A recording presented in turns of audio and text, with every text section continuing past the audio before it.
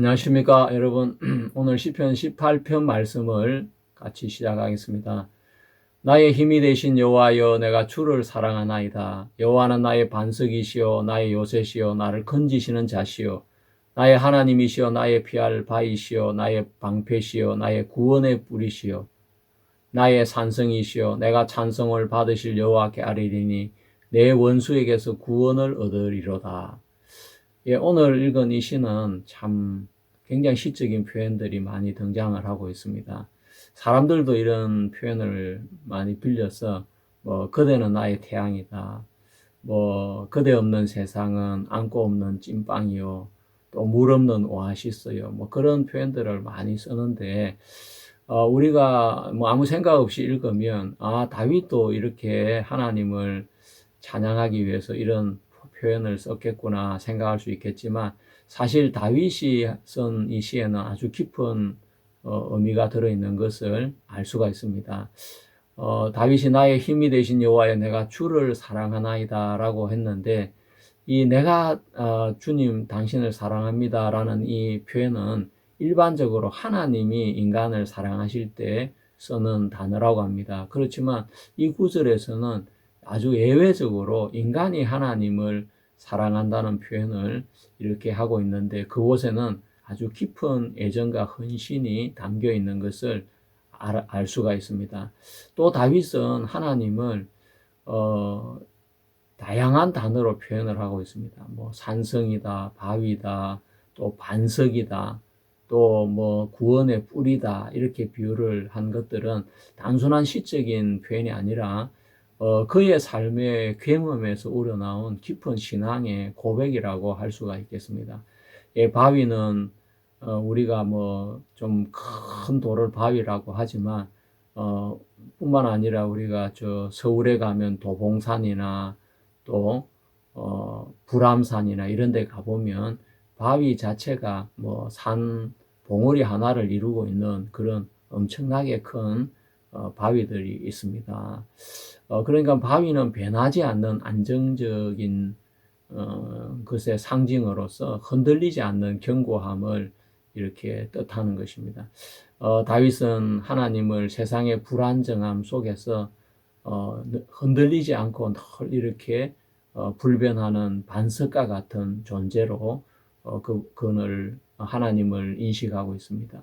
또 산성은 높은 곳에서 세워져 있어서 승리와 또 방어를 위해서 적이 쉽게 접근하지 못하도록 만들어주는 높은 요새를 뜻하는데, 바로 하나님에게 이런 개념을 쓴 것은 하나님 자신의 삶에 함께 하시면서 자신을 그렇게 지켜주시고 보호하고 계신 것을 말하고 있습니다.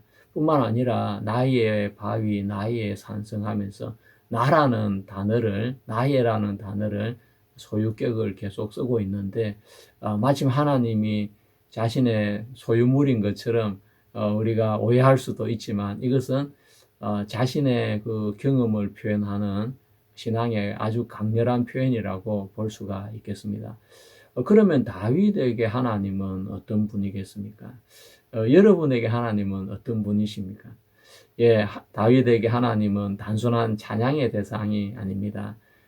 우리가 시편을 공부하면서 의인의 표현이 아주 다양한 것을 알 수 있습니다. 의인이라 했다가 어떤 때는 경건한 자라고 했다가, 어떤 때는 죽게 피한 자라고 했다가, 또 어떤 때는 궁핍한 자라고 했다가, 여러 가지 표현을 의인을 나타내기 위해서 다윗이 사용했듯이 하나님을 향한 표현도 그냥 여호와라고만 하기는, 하나님이 너무 여러 부분으로 여러 모양으로 다윗의 삶 속에 일하셨고 나타나셨기 때문에 여호와라는 이름 하나만으로는 하나님을 다 표현하기가 어려웠던 것입니다. 그래서 다윗은 다른 명사들을 불러와서 아주 거기에 근접하게 하나님이 내게 이런 일을 행하셨다, 하나님은 나에게 이런 분이시다라고 정의를 내리고 있는 것입니다. 자, 다윗은 8가지의 단어를 사용했습니다. 나의 힘이 되신 여호와여, 힘이라는 그 단어, 또 여호와는 나의 반석이시요, 반석이라는 단어, 나의 요새시요, 요새, 나를 건지시는 자시요, 나의 하나님이시요, 나의 피할 바위시요, 나의 방패시요, 나의 구원의 뿌리시요, 나의 산성이시다. 이렇게 8가지의 단어를 사용하면서 하나님께서 마침 그 단어들이 의미하는 것처럼 자신의 삶 속에 하나님이 그렇게 다가오셔서 일해 주신 것을 다윗은 표현하고 있는 것입니다. 자, 그럼 먼저 힘이라는 것을 한번 생각해 보겠습니다. 다윗이 사울 왕을 피해서 블레셋에 도망을 가 있을 때 시글락에 머물러 있었습니다. 그 어느 날 시글락에 있으면서 그 블레셋 왕을 만나고 돌아왔는데 아말렉 사람들이 그 사이에 쳐들어와서 시글락을 불태우고 또 자기들의 아이와 아내와 재물을 다 약탈을 해서 가져갔던 것입니다. 다윗과 함께한 사람들이 그 상황을 보고 자식도 없고 아내도 없고 재물도 없는 걸 보고 울 기력이 없도록 울고 일어나서 다윗을 돌로 쳐 죽이려고 했습니다. 그때 다윗이 크게 궁급했지만 하나님을 의지해서 하나님한테 물었습니다. 하나님, 우리가 이 사람들을 쫓아가면 도로 정령 찾을 수가 있겠습니까? 하니까 하나님께서 쫓아가라, 정령 찾으리라고 해서 다윗과 함께한 600명의 사람들이 용기를 내어서 그 아말렉 군대를 쫓아가게 되어지는데 중간에 애굽 소년을 만나게 되어지고 그 소년의 그 인도를 따라서 아말렉의 그 진에 그들이 쳐들어가는데 얼마나 많이 울었던지 200명은 시내를 건너지 못하고 남게 되어지고 나머지 400명이 그 아말렉 진에 가서 그들을 쳐 부수고 잃어버렸던 재물과 또 처자식을 되찾아서 돌아오는 이야기가 성경에 나오는 것입니다. 그때 다윗은 울 기력이 없도록 운 그들이 야, 우리가 무슨 힘으로 아말렉과 싸워서 이기게 되었을까? 이것은 우리 힘이 아니야. 하나님이 우리의 힘이 되셔서 우리가 이렇게 이긴 거야. 그들은 힘이 되신 하나님을 분명하게 경험을 했습니다. 그리고 또 다윗은 하나님을 반석이라고 이야기를 했는데 우리는 시편 11편에서 터가 무너지면 의인이 무엇을 할꼬 하는 그 말씀에서 의인의 터는 예수 그리스도시고 또 사도와 선지자들의 터 위에 그 복음의 터 위에 세움을 입었다라고 우리가 말씀을 나누었습니다. 시편 강의 36강, 37강에 나오는데 그 부분을 들어보시면 이 반석이라는 것은 그냥 큰 바위를 말하는 것이 아니고 어떤 데도 요동하지 않는, 흔들리지 않는 그 기반을 이야기한다는 것을 알 수 있습니다.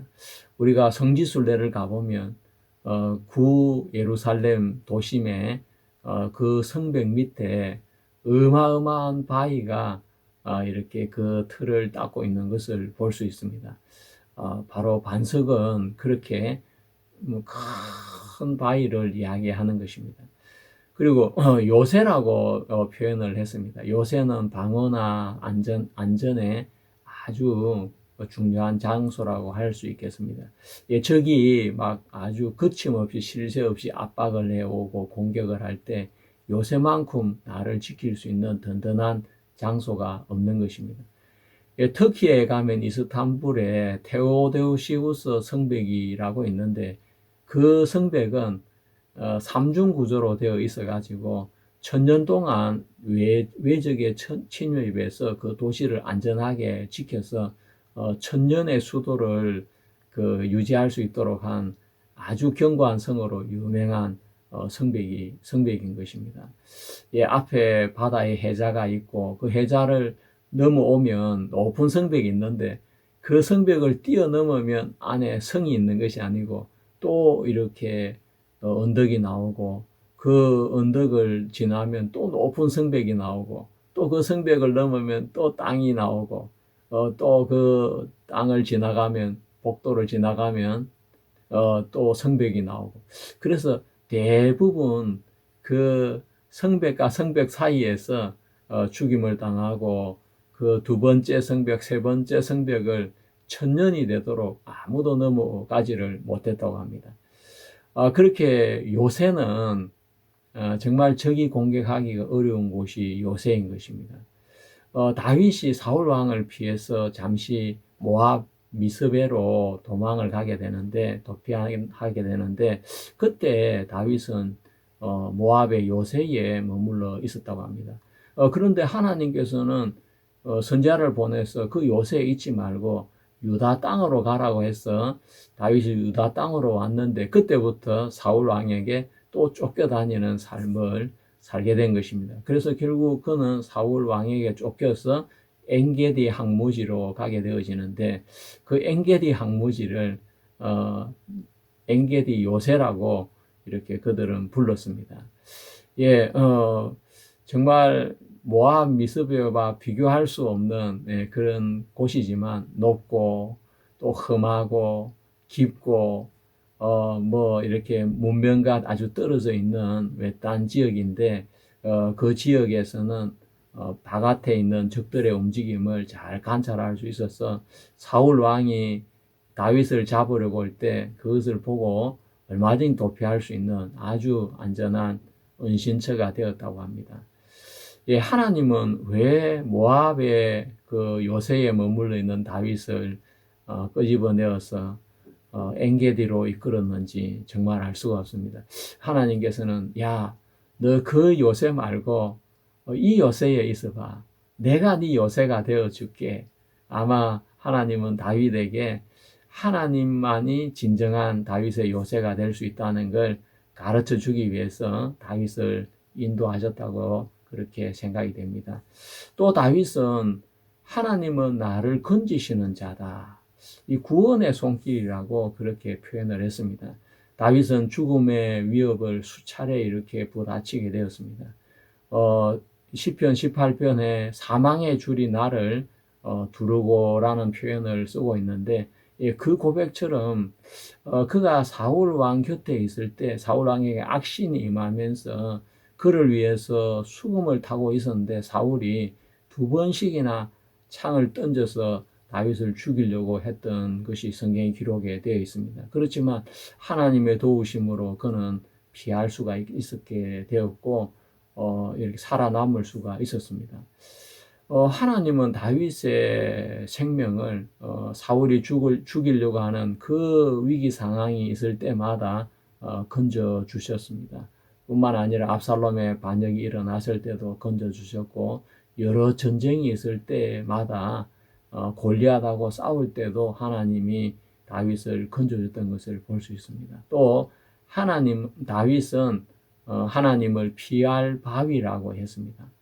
은신처가 되고 피난처가 된다는 뜻인데, 우리나라도 뭐 바위가 아주 크고 그렇지, 우리나라는 하강암이 이렇게 주를 이루고 있습니다.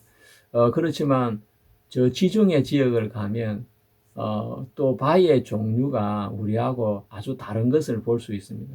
그 바위가 뭐 사암인지 뭔 잘 모르겠지만 풍화 작용을 이렇게 겪으면서 군데군데 이렇게 구멍이 이렇게 나 있는 바위들이 많이 있습니다. 우리가 이제 성경이 보존되어 있다가 한 뭐 1800년, 2000년 만에 발견된 곳이 쿰란이라는 지역인데, 여리고에서 조금 내려오다 보면 사해가 시작이 되어지고, 그 부분에 이렇게 쿰란이 있습니다. 그 지역은 아주 건조한 지역이고 항무지와 같은 곳인데, 뭐 7부 능성, 8부 능성쯤 되는 곳에 구멍이 이렇게 나 있었는데, 자연적으로 만들어진 천연 동굴인 것입니다. 그 안에 에세네파 사람들이 성경을 필사하다가 로마 군인들이 이렇게 이스라엘을 진압하기 위해서 와서 그곳에 닥쳤을 때, 우리는 죽더라도 성경은 지켜야 되겠다. 그러면서 그들이 필사했던 성경을 특수 제작된 항아리에다가 꽂고, 그리고 그 항아리를 그 동굴 안에다가 감추어 놨는데, 그것이 1000년이 지나고 2000년이 지나도록 발견되지 않고 있다가 양치기 목동에 의해서 양치기 목동이 자기 양을 잃어버리게 되었는데 양을 찾다가 아무리 찾아도 없었어. 혹시 저 굴 속에 있을까 해서 돌멩이를 탁 던졌는데 짱그랑하고 뭐 깨지는 소리가 나서 가보니까 그 두루마리가 있었다고 합니다. 그래서 그 양치기 소년이 그 두루마리를 그 이렇게 골동품 가게에 팔았는데 하여튼 중고 엽총 하나 살 수 있는 가격에 팔았다고 합니다. 그 골동품의 그 오래된 성경 사본의 가치는 정말 몇천억 해도 바꿀 수 없는 너무나 귀한 가치를 가지고 있는 성경 사본인데도 불구하고 그걸 알아볼 만한 눈이 없어서 그냥 중고 엽총 한 자루에 그 사본을 그냥 다 주었다고 합니다. 예, 이스라엘 나라는 이 지형이 우리나라하고 틀리기 때문에 그렇게 풍화작용으로 인해 가지고 이렇게 그 바위에 구멍이 뚫혀 가지고 이렇게 굴이 되어져 있는 곳이 많이 있습니다. 그곳은 바위라고 표현을 할 수밖에 없지만 바위가 크니까 그 바위 안에 있는 그 굴에 뭐 양도 숨고 들짐승도 숨고 하는데 다윗이 종종 그곳에 숨어서 그와 그의 군대가 피신을 하기도 했던 것입니다. 한 번은 다윗과 그와 함께한 사람들이 굴 속에 숨어 있는데 사울이 발을 가리려고 그 굴에 들어왔는데 사울은 그 굴 안에 다윗과 그와 함께한 용사들이 숨어 있는지를 전혀 모르고 이를 보고 나가는데 다윗이 그 앉아 있는 사울의 옷자락을 베어 가지고 따라가면서 사울 왕이여 하나님이 당신을 내 손에 붙였고 또 나와 함께 있는 사람들이 당신을 죽이라고 했지만 내가 옷자락만 살짝 베었습니다. 이거 당신 옷자락 아닙니까? 하고 옷자락을 흔들어 보여주니까 사울이 자신의 옷이 베어진 걸 알고 깜짝 놀라면서 다윗이 자기를 살려준 걸 알고 눈물을 흘리고 후회를 하고 네가 앞으로 왕이 될 것이다. 그런 이야기를 한 적이 있었습니다.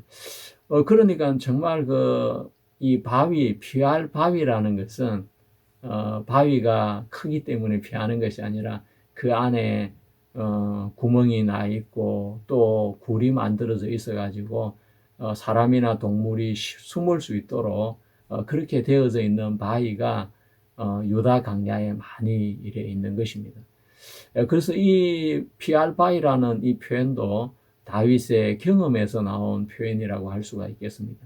그리고 다윗이 여호와는 나의 방패시다라고 이야기를 했는데 여러분 방패 뭐 여러분 잘 아실 겁니다. 뭐 드라마나 영화에 보면 전쟁을 할 때 군인들이 방패를 앞세워 가지고 활도 맞고 칼도 맞고 그런 전쟁을 이렇게 하는데 방패를 꼭 사용했습니다. 근데 이제 우리가 방패 중에서 로마 제국의 그 군대의 방패는 직사각형으로 된 방패를 사용했는데 적의 공격을 아주 효율적으로 막을 뿐 아니라 공격 전선을 유지하는데 유리했다 합니다.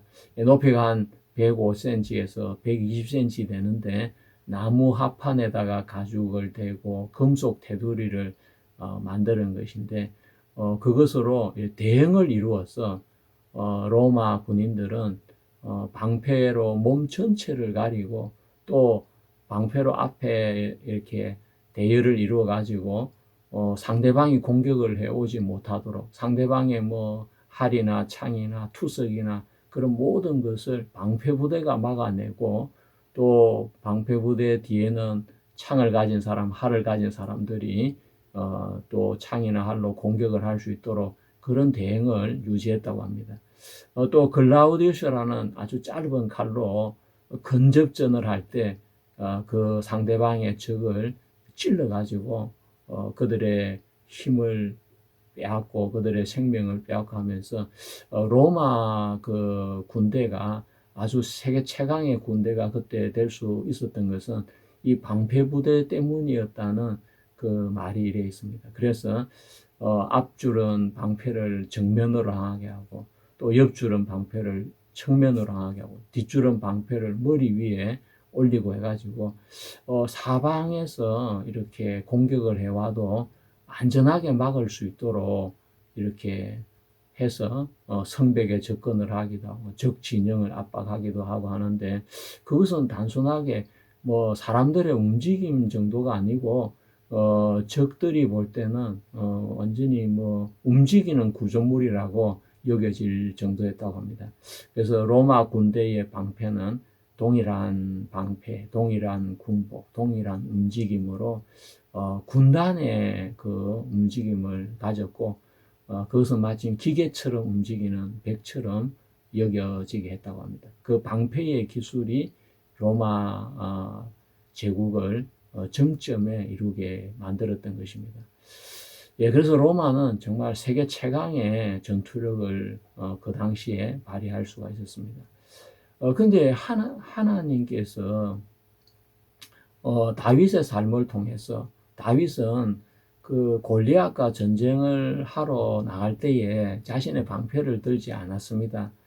골리앗은 대형 방패를 이렇게 세워가 자신의 전신을 보호하게 했고 방패병이 따로 움직였는데, 다윗은 어떤 방패도 들지 않고 갑옷이나 투구조차도 쓰지 않고 오직 하나님을 의지해서 전쟁을 했는데, 하나님께서 다윗을 지켜주시고 골리앗을 쳐 부수고 죽이게 함으로써 하나님께서 다윗의 방패가 되신다는 것을 보여주었던 것입니다. 그는 사울 왕 앞에 설 때도 사울 왕은 창을 들고 있었지만 그는 아무 방패도 없이 수금을 들고 하나님께 자신을 지키신다는 걸 믿는 믿음으로 사울 앞에 수금을 연주했던 걸 볼 수 있습니다. 그러니까 다윗이 하나님은 나의 방패시다는 것은 그냥 시적인 표현이 아니라 자신의 경험을, 자신의 간정을 단어로 표현한 것이라 할 수가 있겠습니다. 또 다윗은 하나님을 구원의 뿔이라고 이야기했습니다. 그 구원의 뿔이라는 이 이야기는, 뿔은 뭐 고대 시대의 힘을 상징하는 표현인데, 근데 이제 이 제단에 있는 뿔은 단순한 힘을 상징하는 것이 아니라 그것은 바로 하나님의 용서나 보호를 뜻하는 의미가 있는 것입니다. 그래서 그 제단 뿔에 제사를 지내고 나서 그 속죄 뭐 양이나 또 소의 피를 크게 발라서 그들의 죄를 용서받는 일을 했는데, 속죄 양이나 염소의 피를 그 제단 뿔에 바르는 이유는 그 뿔에 그 사람의 죄가 금강석 철필로 기록이 되어 있기 때문에 피를 발랐을 때 그 피가 죄를 가리게 되어지고, 그러면서 그 사람의 죄가 용서되어졌다는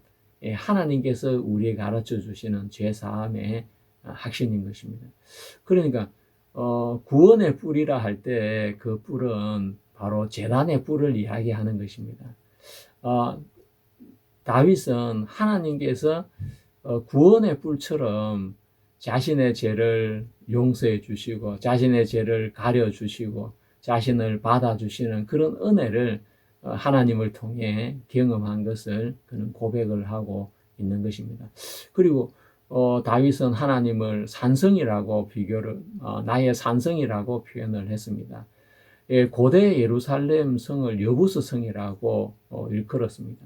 여부스 사람들이 살았는데, 이스라엘이 가나안 땅을 정복하고도 400년 동안 여부스 사람들은 자기들의 성을 지키고 있었던 것입니다. 왜냐하면 그 여부스 성은 이렇게 다윗이 왕이 되어서 그 성을 빼앗기까지 아무도 그 성을 빼앗지 못했습니다.